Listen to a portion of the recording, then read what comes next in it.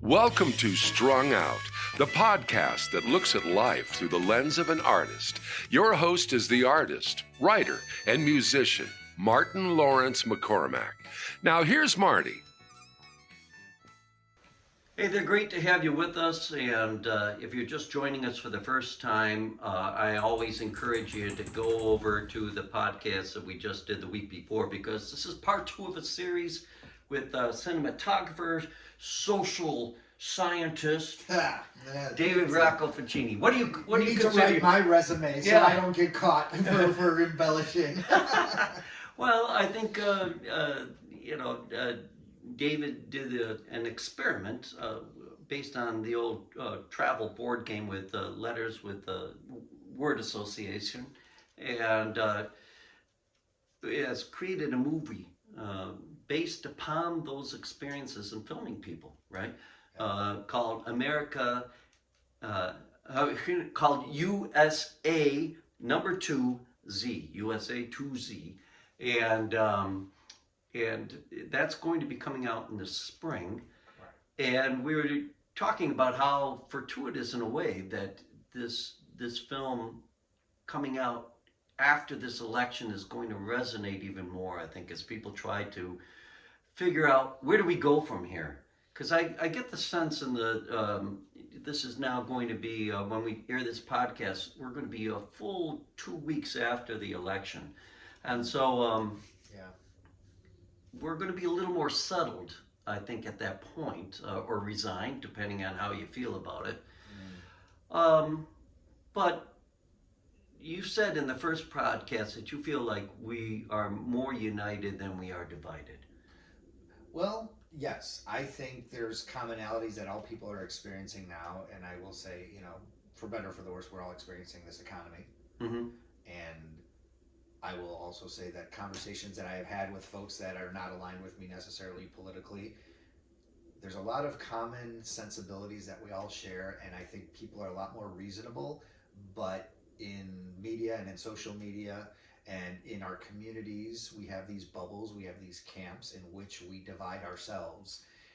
And, I kind of make it akin to street signs. Mm-hmm. If there was not a standardized set of street signs and you were driving down the street and it wasn't that red octagon that could be seen half a mile away, Mm-hmm. you would have to figure out, what am I doing here? Right. Every time. Right. So human nature is about recognizing repeating patterns and investing in them in order for our brain not to be processing so much. So this could almost be like if you're driving and after a while you're like, oh my gosh, I drove like 30 miles, I didn't even realize it. Because your brain is recognizing these universal things, so you don't have to think as much. Right. This is something that occurs all the time in humanity. In our social circles, we resign critical thinking to, things that we really need to put our brains towards. And in a stressful economy, you have to think about how you're gonna make money, how you're gonna put food on the table, what are you gonna pick up the kids. Mm-hmm. You're trying to figure all these things out, how to Right. balance your budget. You don't think about other things that are along the way that might not affect you. Right. So these hot button issues that might not affect you, you're not going to necessarily vote on them, or they're not going to be relevant to you. I think we have to put there's something to be said about being on autopilot, but then at the same time you come to an accident in the road. Mm-hmm. And that's where you have to start critically thinking, and you have to invest in what's going to be best for the community. Is it best for me to go through this red light in order to pull over to the side for this ambulance? This is where things get a little bit dodgy, and you have to apply critical thinking. Right. And finding the realm in which to apply critical thinking comes as a survival mechanism, and we should treat it like that. And if you are in a moment of survival, this is where you're going to mobilize. Like right now, I think there's going to be a lot of mobilization during this presidency politically through a lot of young people, and also people who've just been through it for a while. But that influx of young people who have opinions of what's happening in the wars and what's happening in this country and representation, I think this is where people start, doing their best in a triage situation, and they're not just kind of resting in their Well, do you feel like the bubble is being on autopilot to some degree? That, you know, if you Yes. are in the bubble and you're like, well, I'm in my town, Mhm. everybody sort of kind of thinks like me, except for, you know, Bill, who's always been an oddball, that kind of thing, you know. I just played a bunch of small towns in Iowa, and it was very interesting to see, you know, Iowa is very much MAGA country, very much Trump country, and Mhm. you know, a guy was there with his Elon Musk dark MAGA hat at the show and enjoying the hell out of it. But he was in his bubble. He was in a very safe, you know, space Yeah. to get people going to critical thinking. And I'm just going to give a little tangent here. In the last podcast, we touched upon lightly, like the Ukrainian war and Israel and Gaza. Mhm. Those are things that don't really apply to us that much. I mean, in our day-to-day Well, maybe not experience. you. Right. I have friends who I have a friend who has a lot of family in Israel right now, and she's very affected by it. I know people who are married in interfaith or intercultural marriages where they are not aligned. So I think it's like it all depends on the situation. But in the would you say like in a general bubble? I mean, Yeah. in most bubbles, there's very few of us that have relatives or that in Israel or Gaza. There would be, as you alluded to in the last podcast, you'd have to find somebody. If you don't know somebody and that's something you want to understand, yes, you could watch the news. But yeah, I mean, for me, Mhm. understanding the nuance of that was very helpful in the people that I've talked to that it affected. Well, here's the question I have for you, because in this podcast, what I would like to do is just see if we can come up with a way to help us kind of navigate breaking the bubble, but also looking at all these newfangled media, which is a lot of bells and whistles, and you know, but very little fact coming at you. It's more emotion. Mhm. One of the things when I was a kid, I remember going to the library in Woodstock, Illinois, where they had somebody who escaped Soviet Union and was living in Estonia, that point a Soviet republic that had been taken over during World War II by Stalin.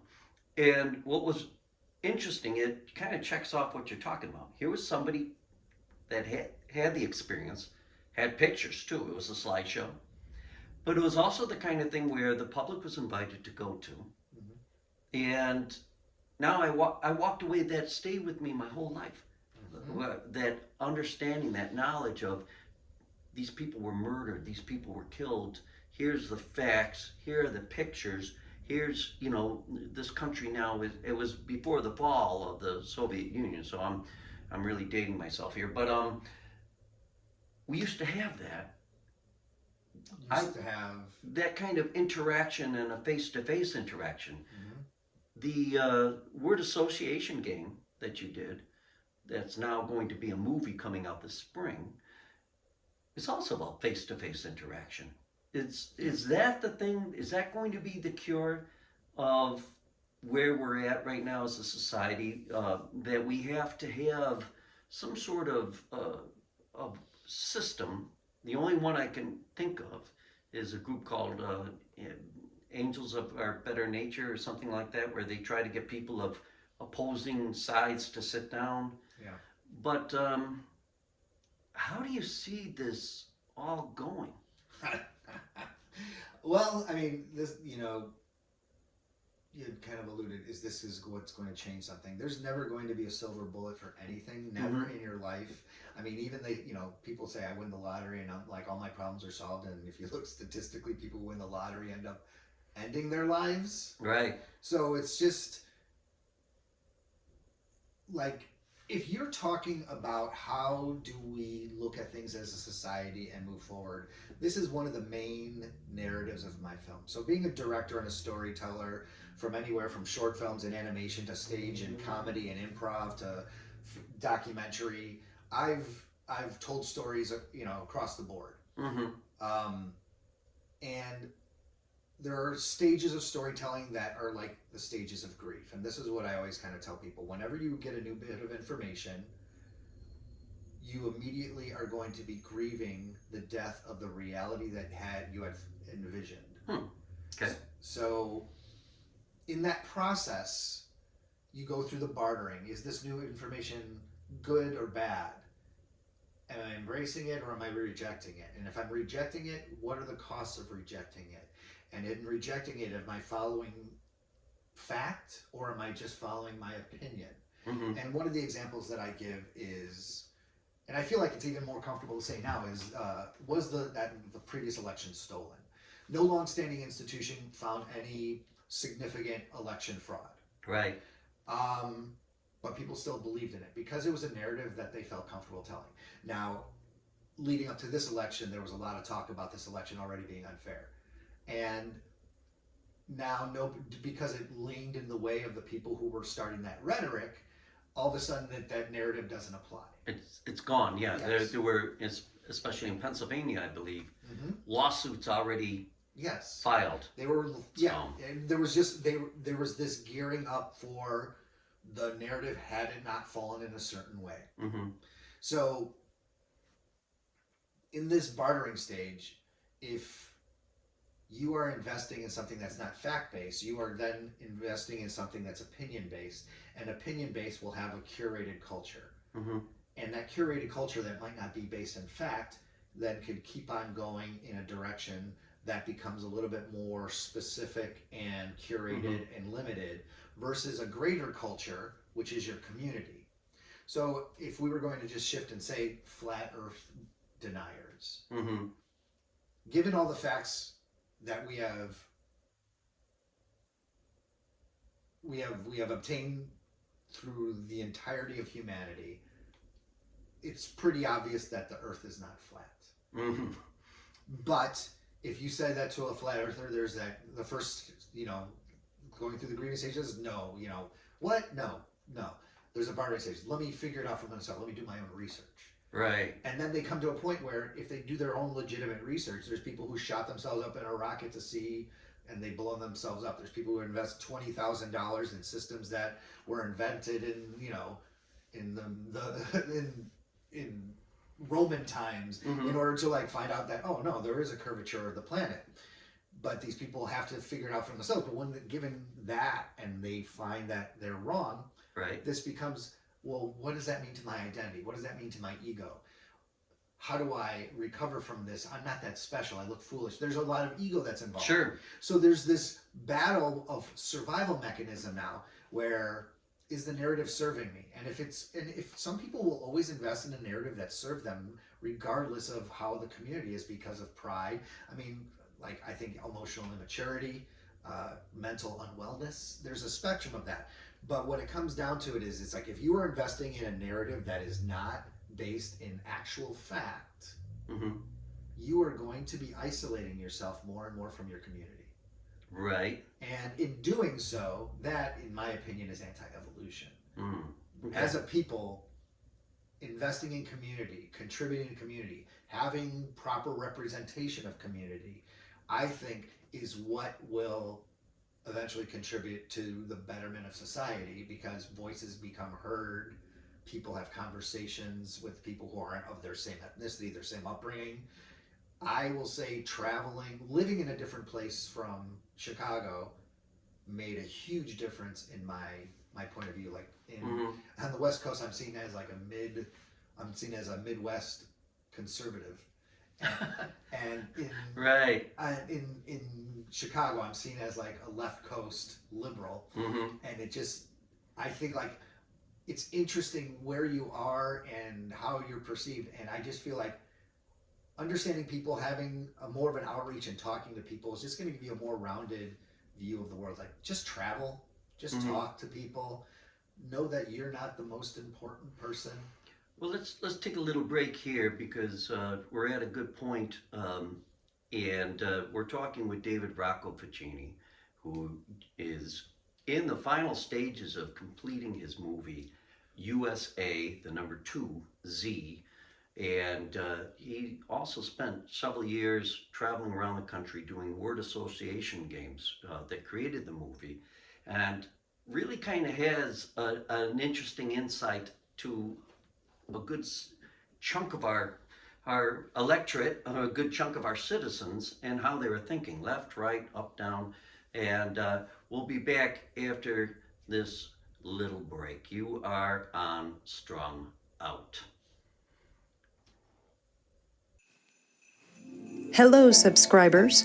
It's autumn here at Marty's Outdoor Studio, but the easel holds the jolly winter energy of Marty's 2024 holiday painting. Announcing Dashing Through the Snow, freezes the light-footed action of two red foxes racing toward us while the jewel tones of the northern lights fill the sky with magic and wonder. Order your 2024 holiday greeting cards now. $30 for 15 high-quality 5x7-inch cards with envelopes. But don't stop at just one set, because this year, Marty is giving away a free Dashing Through the Snow tote bag to the person who orders the most cards. So, ready, set, go to martinlawrencemccormack.bandcamp.com. Click the merch button, select Dashing Through the Snow image, and order multiple sets for your chance to win the tote bag. Our way of saying thank you for supporting Martin McCormack and Marty Fine Art.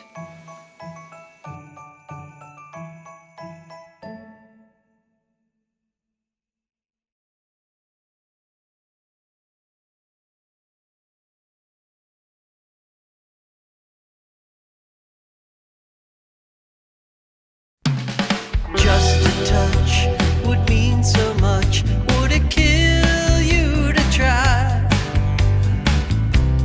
You do try.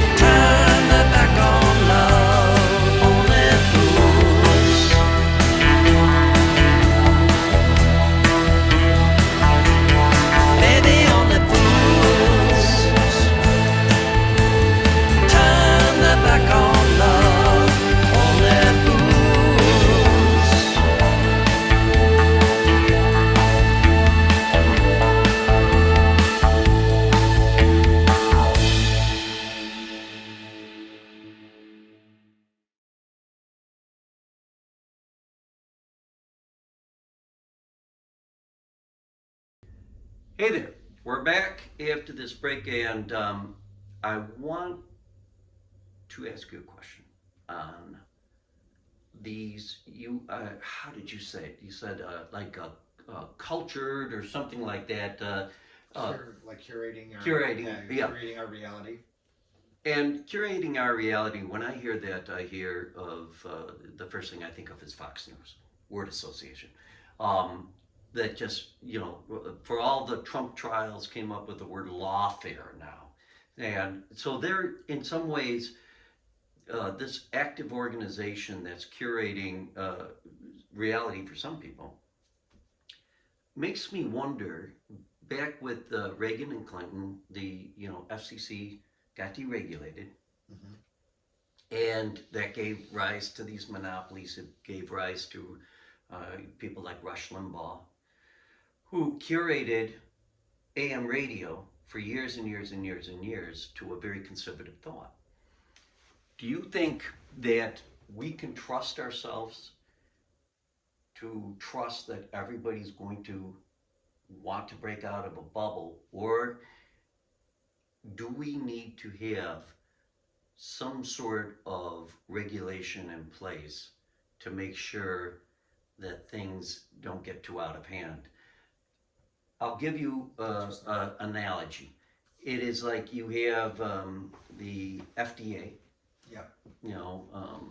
going over food and making sure that food meets a certain standard, so when it's consumed, it is good for us. And every so often, you might get a salmonella outbreak or whatever. However, that's the exception to the rule when you think of all the thousands and thousands of items of food and everything that's generated. FDA, good, regulates, controls an aspect of our lives. Hmm. We don't have that anymore, really, with the FCC. What we have is this deregulated media, and now we have this whole new phenomena of social media that, you're right, in the past election cycle, the two past ones, 2016 especially, got very virulent, and it's, to this date, social media is not regulated. Hmm. It's self-regulated. Hmm.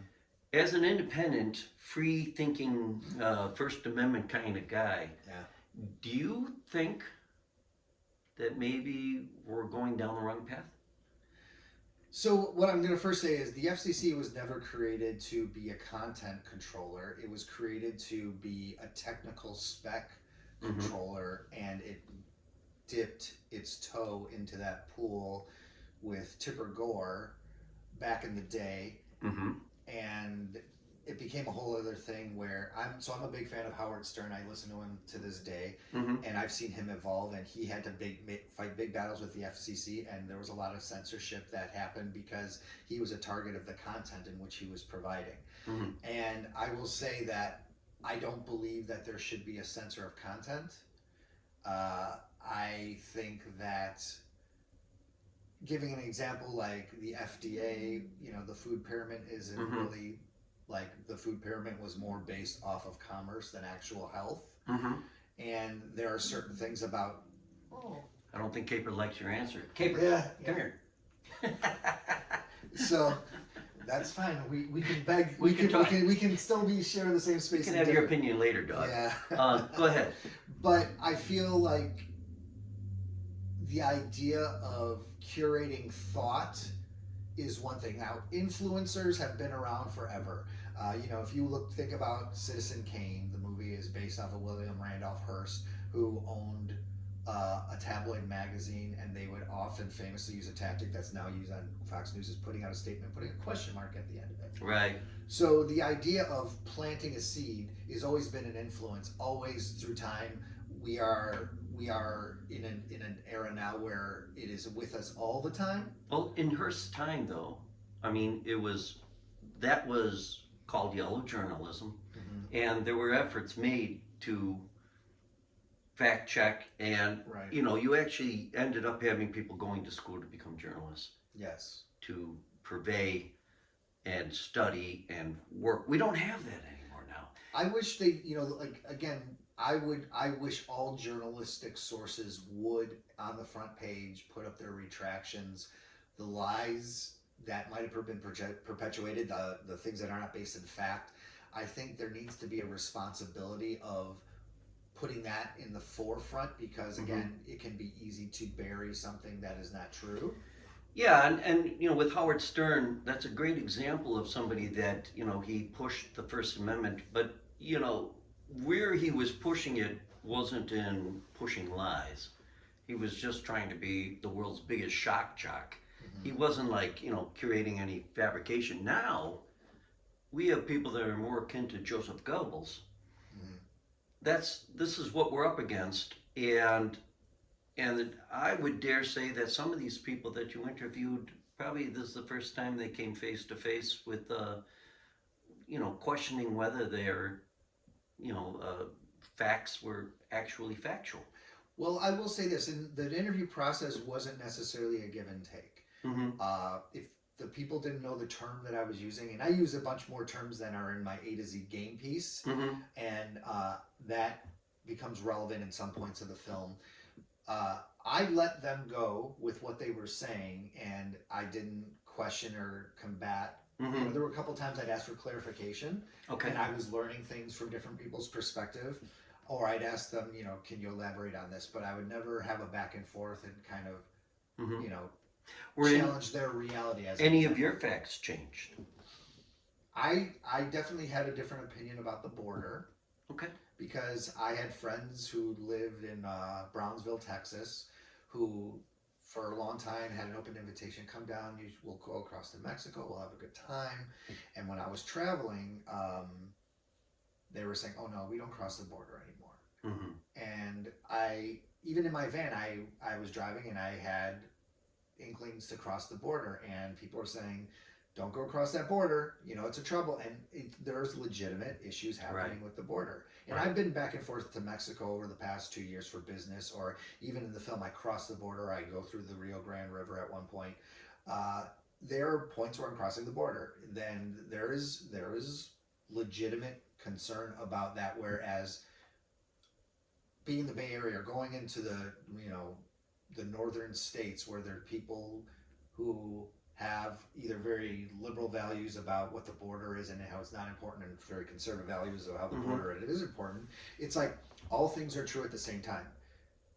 There needs to be some sort of safety regulation, but I don't think it's an insurmountable task, and I think it's something that needs to be done in a reasonable way. So I think the whole thing is, in terms of like journalism or news or whatever comes in, the idea for somebody to take in a great amount of information, and which is the luxury of what we have with technology, is one thing, but the critical thinking that it will take to say, no, this doesn't ring true, this I'd be interested in hearing more, is another thing. I think people are going to listen to Howard Stern all the time, or they're going to listen to Joe Rogan all the time, or Bill Maher all the time, or NPR all the time, or Fox News, or MSNBC all the time. That isn't a conversation so much as it is a dogma, and you could be aligned with it, but it really helps to have people come and question certain things. But do those guys like, you know, Joe Rogan or Bill Maher, you know, I'll look at Bill Maher, and, you know, I'm not looking at him to get my facts as much as I'm looking at him to get opinion. And I think people misconstrue opinion for fact. Yes. But then, again, the point I'm making is just that we have within our own country, you know, companies that are dispensing fabrications that are not being challenged, and because of that, to some degree, it could be argued this election was lost for the Democrats because of the fire hose of fabrications that were being spewed out by Fox News and Donald Trump. What do you do about that? You know, that's the thing. It's human nature. One of the things that I thought was very interesting, and I started seeing in the United States this way, we've never not been the Wild West. As many laws and rules as we put into play, laws and rules, for the most part, can be subjective, can be manipulated. You can get away with what you want to do in order for the time frame. It's like there might be some justice that is brought to bear down the line, but justice, like evolution, is never swift, and it's, it never comes in the time frame in which we want it. Obviously, the idea of superhero justice, people love superhero movies because justice is exacted right on the moment when the injustice takes place. Never happens. It never happens. And the same thing with change. And one of the things I really like about what Obama always said is just steer the ship in the right direction. And it makes a big difference. You might not perceive it, but it's happening. And I do think change is happening. There's always going to be outliers that become mainstreamers. The pendulum is always going to swing conservative and swing liberal, and finding the center is never going to be the pendulum swing. I don't believe is ever going to be center. The center is you. Right. You have the extreme right, you have the extreme left, and you need to be the center point of that pendulum swing to figure out how to sift through it. And I think, again, whether you've gone and had a college education is less important to me, I think, than if you've traveled. Okay. I think traveling has been more educational for me than a lot of the education I've ever had. The experiences you have in other people's world and figuring out what that looks like and allowing yourself to be in those spaces for a time being, really, it's like you're walking in someone else's shoes. So how does, Jane Doe, she's working 2 jobs right now, and she won't be able to travel. So how do you I feel like the freest people are people who aren't weighed down by anything. Okay. And I'll say this, it's like, I haven't done this in a while, but Megabus was always pretty cheap. You can find hostels. You can find ways. You got family members in another state. If you could get a bus ticket one way and you could hang out, or a train ticket, or even flights now, you could find some ways to travel. Well, some countries like Australia, it's mandatory that people get like 6 weeks of vacation or something like that. Is that what you're saying? It would be wonderful if our workforce had that kind of luxury, yes. Sometimes you have to create that luxury for yourself. I remember when I first was in college and I went to Europe, and I just did that whole backpacking through Europe thing. And I remember my dad's friend, he was talking to me, and he's like, "Oh, enjoy it, because this will be the last time you'll be able ever to do that." And I was like, "Oh, that's an interesting point of view." And he was a 9-to-5 guy, and he worked his entire life, and and that's what it was. So he was speaking from his experience. That wasn't my experience. I've been to Asia, I've been to Europe. I'm still exploring more of like Central and South America. I still have 2 more states. So next year I turn 50, so I want to hit those last 2 states to do 50 and 50. Good. Wow. But the idea is it's like me making this film. Or like you having a child. If it's important to you, you're going to do it regardless of the money coming in. You're not looking to that kid to be your golden ticket for anything else. It's about the experience. And as far as I have ever been able to ascertain, being the son of a former priest for 16 years, there's never been a fact that has been presented to me that this is the only life we're ever going to live. That's true. So money comes and goes, but time only goes. Well, let's take a little break, because we are still chipping away at how to burst your bubble. Travel is one thing, and trying to get people of different life experiences, like somebody that actually has made it across the border, or that sort of thing, are 2 examples so far that we have been talking about. And we kind of, I think you kind of said, don't worry about the FCC and regulation too much. I think you're, but one thing you did bring up is the idea of being your own center, and in the pendulum of thought. And I don't think a lot of people, think of themselves as the center per se. Yeah. They like to think, well, I'm leaning this way or I'm leaning that way, and that's part of the tribalism. But we're going to take a little break, and we're going to come back with our final part in this 2-part series of an interview with David Rocco Facchini. And you are on Strung Out.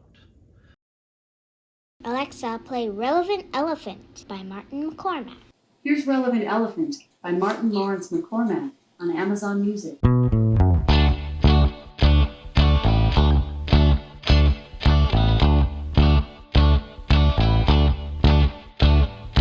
Everybody wants their car to go. We're back with this final point, and this could be a 10-part series, but we're putting 5 pounds It of. could be a feature film. Yes, it could be a feature film. So many good things you're bringing up, and I'm hoping that people come away with this knowing that the onus is on them to find the right facts. And if you don't, or find facts. Vetted facts, yeah. Kelly Conway said alternate facts. I mean, that's kind of the world that we live in, and we have people that, in other words, lying is okay as long as people believe the lie, which goes back to Joseph Goebbels, who was part of fascism, which is why there's a lot of people that are scared right now with the idea that this President Trump has said he'll be a dictator on day one. Is it going to be a vetted fact or not? We don't know at this point. But let's talk about the fact that there are foreign actors now in our fact giving. You go back to any other time in history, and you had your ministers of propaganda during World War II, but really the craziest they were like, Tokyo Rose. People, spewing propaganda, and it was pretty obvious that people were like, oh, this is propaganda. But now we have, because of social media, we have troll farms in Russia, Iran, China to some degree, North Korea for a big degree, that come across and send out facts, and they're not facts. Right. And if you're not going to have then regulated social media or a way of vetting, what is one to do?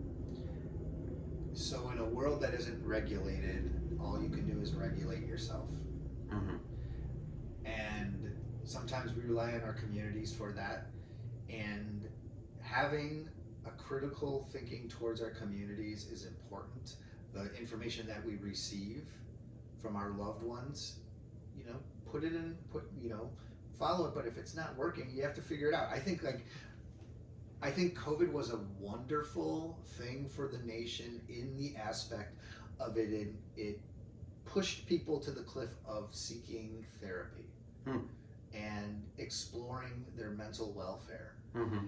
And I really am an advocate of therapy. Mm-hmm. Understanding yourself. I have,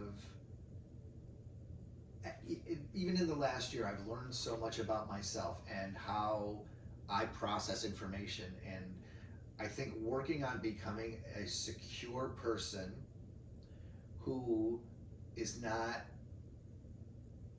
going to get so unregulated due to anxiety of a situation it's an ongoing thing, and I'm learning more every day, and it is becoming a thing where you start recognizing toxicity. And you recognize the verbiage around it, you recognize the demeanor around it. And if you are able to look at something and be like, this doesn't apply to me. Like, I'm not a fan of reality television, and a lot of people are. And it's Why? just They gave us the show The Apprentice. Yeah, You should be thrilled. Well, there's a good example of and even recently that producer of The Apprentice has big regrets of painting Trump as the successful business person that he wasn't. I created a monster, to quote him exactly. Yep. So the funny thing is, that person could have been regulated and been secure, but again, it's just like that didn't happen. So as a viewer, I watched that show. It didn't speak to me. I thought it was just kind of, I don't know, this is bullshit. Who gives a shit about, watching these celebrities trying to play these games? It just didn't speak to me. There's people who are watch The Bachelor and think, oh, this is what love is about. But, with The Apprentice, with the, and I'm going to push you hard on this, there were people that did. Yes. And there were the people that fell in love with Donald Trump. Yes. And there were people that, in my opinion, drank the Kool-Aid. Yeah. And, in my opinion, are part of a cult to some degree. Yeah. And what do you do to survive in a society where you have people that are not going to want the truth regardless? I mean, that ends up becoming, so the statement of coming to a conclusion where people are not going to want the truth regardless is a little bit dismissive of the abilities of other people. That disagreement I had with the guy in Golden, Colorado, he didn't really change his mind in that moment. He was wearing a MAGA hat, and he gave me a sticker to put on a gas pump that said, I did this of Biden pointing, and it's supposed to get the price. I collected those. Yeah. So I was, after this guy, we had this back and forth, and he saw this one movie that I think has been debunked. I forget what it's called, something donkeys, or I forgot, Mule, yeah. 1,000 Mules or something. Yeah. What's it? I don't know what it's called. Yeah. But essentially, he had just seen that movie, and I was just like, listen, I make movies.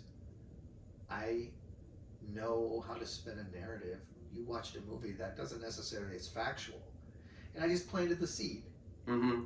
So that might have begotten something. After we had our interaction and he had left, the server who came by, who was like 21-year-old guy, he said, I just really appreciate the conversation you had with, between the two of you. It was respectful.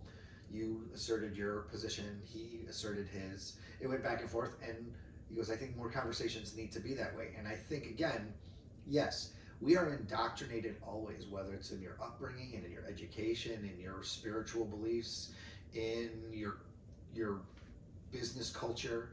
There is always going to be a sway and a mindset. But having your internal compass is an important thing. I think the biggest gift we have in this country at right now is still having that autonomy of an internal compass. And there is a lot of things that will indoctrinate us. And you can even argue that saying the Pledge of Allegiance in the beginning of class is propaganda or indoctrination. It's also pride. All things can be true at the same time. Knowing where that line is and recognizing it, being self-aware, and even being self-aware on the behalf of other people who are not self-aware, is all a part of discovering your mental wellness and helping regulate yourself to filter through the bullshit that comes in. There's a lot of crap that comes in that we just get rid of. And we're like, again, driving down the road, if there's a bunch of stuff going on, it's like, I'm on this path. If it's too dark and it's raining and it's hailing, one of the things they say, look on the side of the road, and there's that white solid line that runs the side of the road. So even in the worst conditions where you can't see anything, you can drive and look on that side of the road and have a safe drive. So let me ask you this in conclusion. You have this movie, and by the way, I want to say thank you. Some of your music's going to be featured in this film, which I really appreciate. I love the collaboration. I have a keen interest in what we're talking about because we wrote a whole album, Red or Blue, about the idea of never being one or the other. That compass, being in the middle, being your own person. Don't trust the people making money out of lies. Yeah.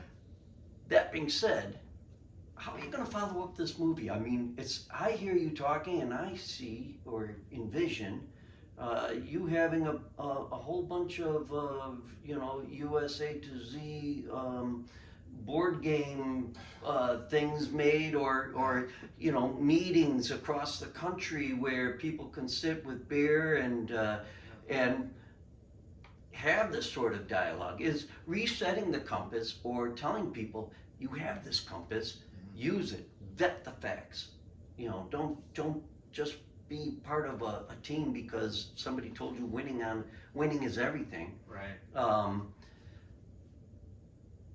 if we're not going to have regulated media, because that's, that, in my opinion, we probably have to have some sort of regulated media. That's just my opinion, and I'd probably even regulate social media. I mean, I guess that kind of thing can happen in your household and in your community, but I mean, that's the really interesting thing is regulating content is very tricky. Mm-hmm. Obviously, you can't yell fire in a theater. Right. You don't want to have,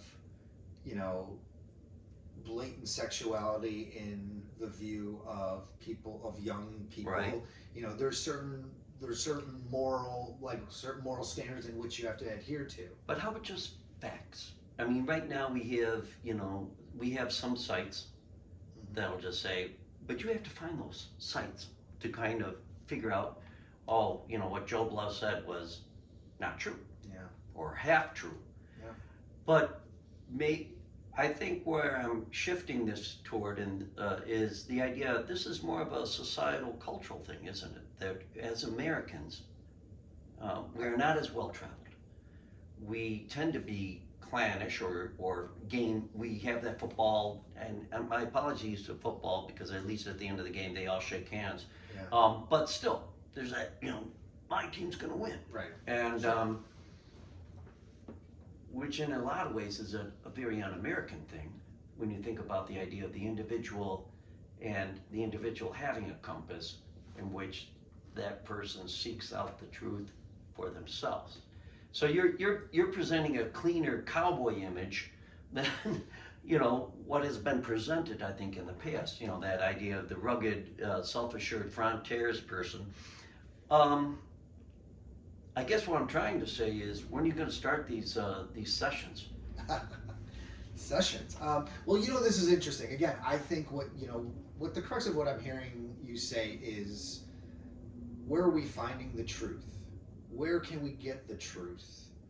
And how do we find, how do we act upon the truth? And how do we accept vetted facts as the truth? You talk about the stages of grief, so that, and you said, well, everybody should do therapy. Not everybody's going to do therapy. There's a lot of steel workers out there that probably say therapy, and I'm sorry, steel workers, if you don't feel this way, but it's sissy stuff, right? Well, I mean, again, this is deconstructing previous notions. I was that way for the longest time. Mm-hmm. I didn't want to do therapy, but I will say, let's look at the country as a whole. We left a dysfunctional situation as a people to explore a new frontier, Mm-hmm. and not only, and I believe in generational trauma, and I believe people relive their trauma, I think so. and not intentionally, but it's because it's familiar and it's what's been modeled for them. And until you break the cycle of trauma, you are destined to repeat it. Mm-hmm. We left a dysfunctional area to a new frontier in which we exacted the dysfunction tenfold Mm-hmm. on the people and the philosophy of a country. Mm-hmm. The genocide that was committed against the indigenous people, the Chinese labor slaves, the black African slaves, different ethnicities, the Irish and the Italians to a degree. Everyone says, the Irish and the Italians were marginalized. Yeah, okay, Mm-hmm. yeah, but at the end of the day, the cultural standard is if, white people get away with a lot more than any other people of color. We are still exacting this generational trauma on our country to this day because we have not healed from, I don't think it is capitalism. I have come to the conclusion that the philosophy of our country is colonialism, in that we build our profits on the backs of those and do not pay favor to them. So I think you're right on that. I mean, if you look at especially if you look at all the free labor that comes across the border, yeah, it's going to be very interesting to see if they're able to rein that in, because there's a lot of contract workers. This country is built on the backs of people that have lived and died in situations that have benefited so many other people, Mm-hmm. and haven't gotten a fair shake. But what I was going to say, if you bring that down to a macro level, we have as a people a collective trauma that we have not healed from. Mm-hmm. But if you're working on yourself and thinking about what are the notions that you have about your community and other people and the trauma that you've endured, and you've like, am I being fair? Am I being equitable? Am I being thoughtful? Am I really, it's like, am I thinking of this person who is not of my background, my orientation, as lesser than? Mm-hmm. These are the things that you need to challenge about yourself if you want to say, like, in the spirit of America, of being equitable and everyone can be president and anyone can have an opportunity. What does that look like to you? And do you really believe it, or is that just some bullshit slogan that you're shouting out because it looks good on a hat? Right. And my final question to you then, with this and what you just said, is that what you wish to convey in this movie? My whole point of this movie is to seek community in a world in which we have created camps, Republican versus Democrat, good versus evil, Okay. God, devil. It's like there is a spectrum of everything. There's no such thing as black. There is no Right. such thing as white. There's only shades of gray. And this is scientific. This is something that cannot be refuted. And I think it's the same with people. All things can be true at the same time, negative and positive. Going and understanding that if this person, I think it's like, I don't think there's evil, but I think there's severe degrees of mental unwellness. Mm-hmm. Again, working on yourself and understanding yourself, being self-aware is a very important thing in how you fit into your community. So if you understand that things are not black and white, and you understand that there's nuance, I mean, even like there's engineers who like have argued with me. I actually, a friend of ours, like we were talking, he's in pharma, and he was upset about something about somebody who was having issues with pronouns. It's like one time it's like they want to be he, and one time they want to be she. I was like, well, first off, okay, it might be hard to keep track of it, but what does it matter to you? Right. And then he's just like, well, that's just not how science works. Science is binary. I was like, well, you know, if anything, science is binary. It's like, Mm-hmm. you know, there's a spectrum to sex. I mean, and one of the Right. examples I always bring up is like Jamie Lee Curtis. Right. She was born with both sex organs, Right. according to her. Right. And she is presented as a woman. She made a choice, whether it was hers or not. But it's like the idea of it being that cut and dry, when it's not that cut and dry, where's your critical thinking? Where's your judgment?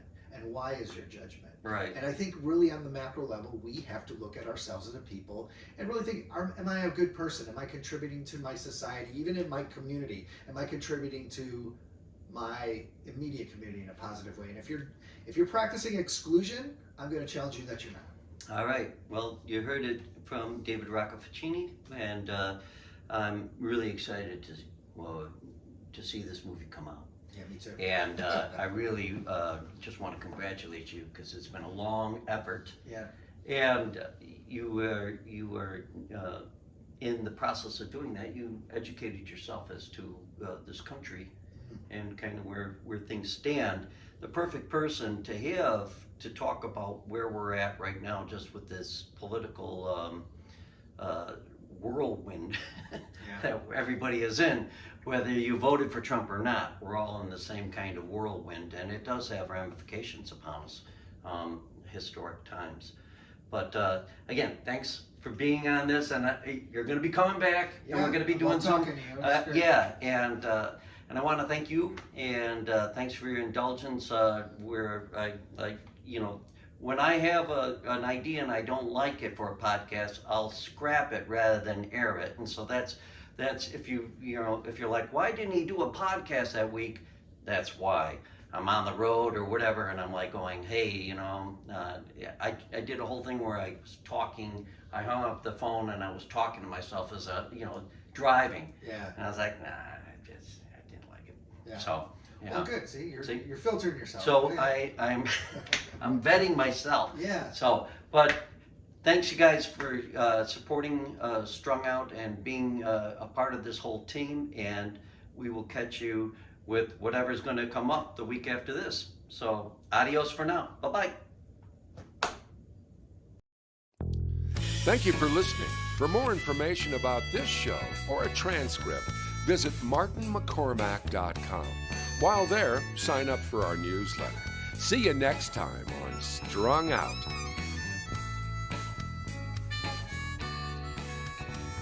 It's all so wrong, this pain we feel makes no sense at all. A swan song wasn't part of the deal, was no curtain call. Given no choice, given no step.